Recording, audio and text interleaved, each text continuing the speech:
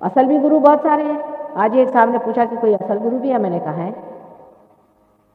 अब अमरनाथ में एक नागनाथ बाबा, वो कभी कभी आते हैं, मेरे लिए आते हैं हमेशा मुझे मिलने। महाराष्ट्र में है गगनगढ़ महाराज, दक्षिण में एक ब्रह्मचारी करके हैं, वो रहते हैं कालीकट। ये ब्रह्मचारी नहीं,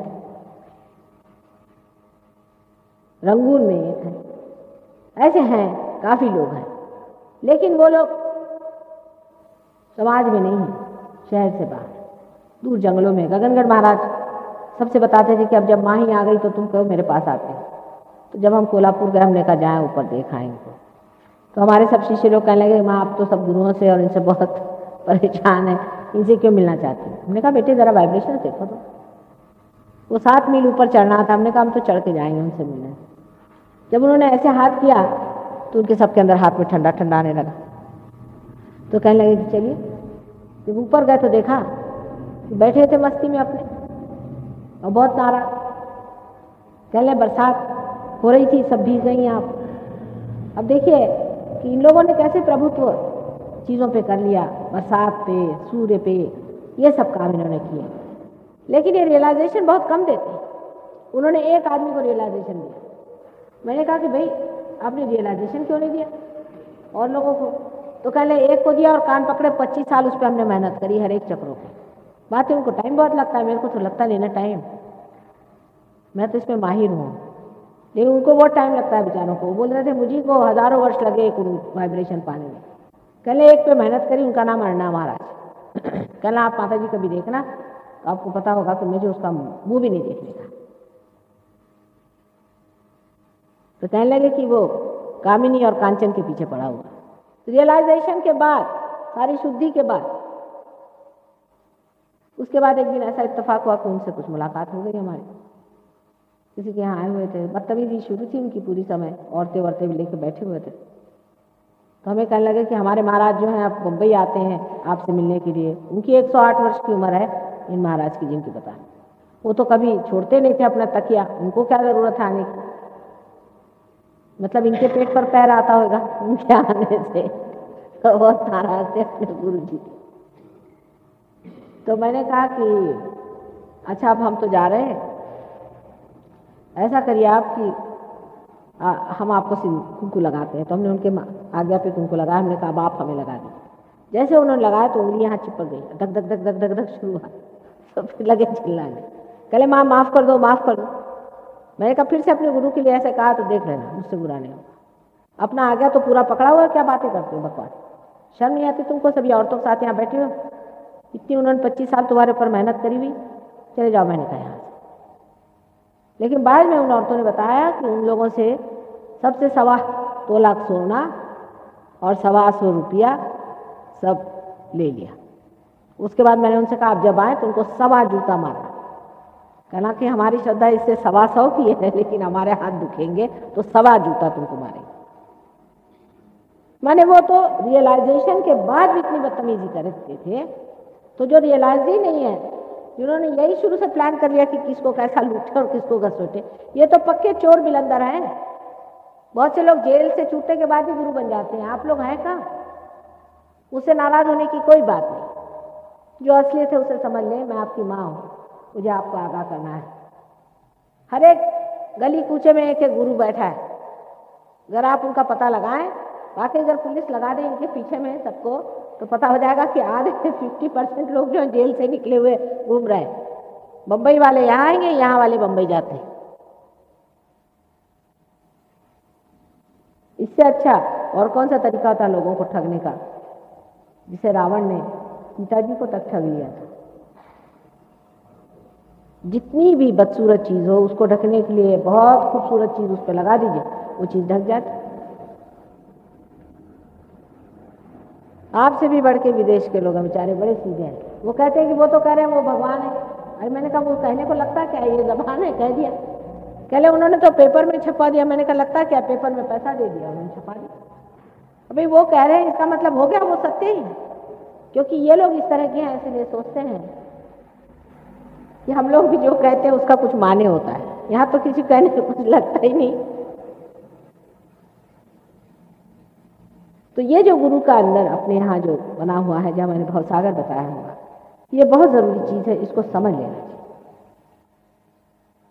और इसलिए हम तो सबको खुलेआम कहते हैं, हर एक के बारे में हमने 1970 से हम खुलेआम सबके बारे में कह रहे हैं, नाम ले करके सबको, और बता रहे हैं कि ये क्या क्या गड़बड़ करते हैं खुलेआम। लेकिन किसी की आज तक हिम्मत नहीं हुई कि ना हमारे ऊपर किसी ने केस की, ना किसी ने पुलिस में दर्ज किया, ना कुछ।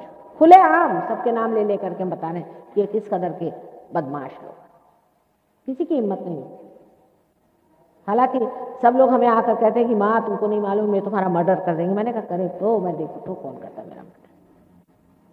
ना किसी ने शिकायत की, ना किसी एक अक्षर हमारे विरोध में कोई नहीं बोलता, क्योंकि इनको मालूम, इनकी सारी पोल पट्टियां मुझे मालूम। लेकिन इनके शिष्य जरूर ऐसे होते हैं कि जो मेरे से खिलाफत कर लेते हैं, पर वो लोग नहीं, वो लोग चुप्पी साधे बैठे, सब एक से एक बिलंदर हैं और सब आपको लूट रहे हैं, बेवकूफ बना रहे हैं। इसलिए सजग हो जाएं और सतर्क हो जाएं, इनके चक्कर में ना। और इसलिए बुरा मानने की कोई बात नहीं। माँ है, माँ सब बात सही सही बताएगी और आपसे पूरी बात बताएगी, चाहे आप बुरा माने चाहे भला बनाए। मेरे लिए तो बड़ा अच्छा है, सबको अच्छा कहते फिरो, बस आप लोग नाराज ही नहीं होंगे। वो लोग तो किसी को बुरा भला नहीं कहते, वो क्यों कहें, उनको आपको जेब से मतलब, आपको नचाने से मतलब है उनको, वो आपको किसको बुरा भला कहेंगे। ईसा मसीह ने कहा था कि शैतान के घर में रहने वाले लोग आपसी बुराई करके कहाँ जाएंगे।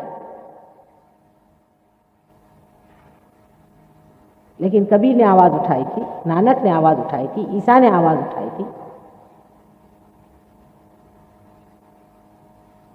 इसलिए क्योंकि ये सब झूठ है और मुझे इसमें भी हर्ज नहीं है, स्मगलिंग करें, कुछ करें, पैसा कमाएं, कोई हर्जा नहीं, चलो भाई पैसा ही कमाते, लेकिन ये आपकी कुंडली नहीं खराब कर देती। जो आपका अधिकार है सहयोग का, जो परमात्मा का पाने का आपका अधिकार है, उस पर हाथ मारते हैं। इसलिए मैं इनके विरोध में।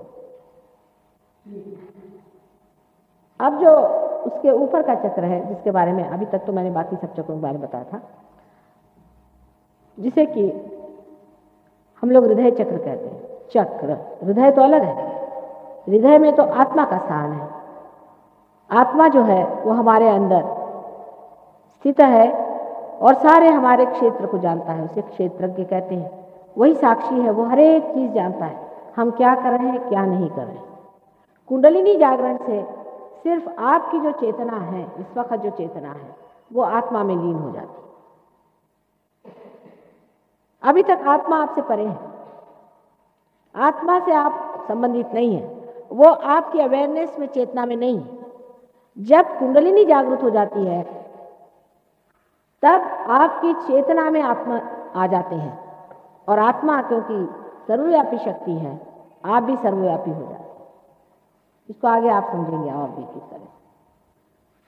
अब ये जो हृदय चक्र है, ये बीचों बीच में है, ये आपकी माँ का, देवी का है, जगदम्बा का, जो कि पहाड़ों में बहुत प्रसिद्ध है, उनका ये स्थान है।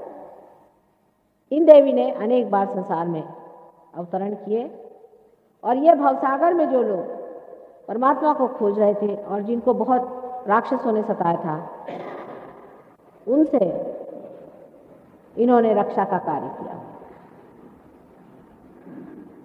ये रक्षा करती है।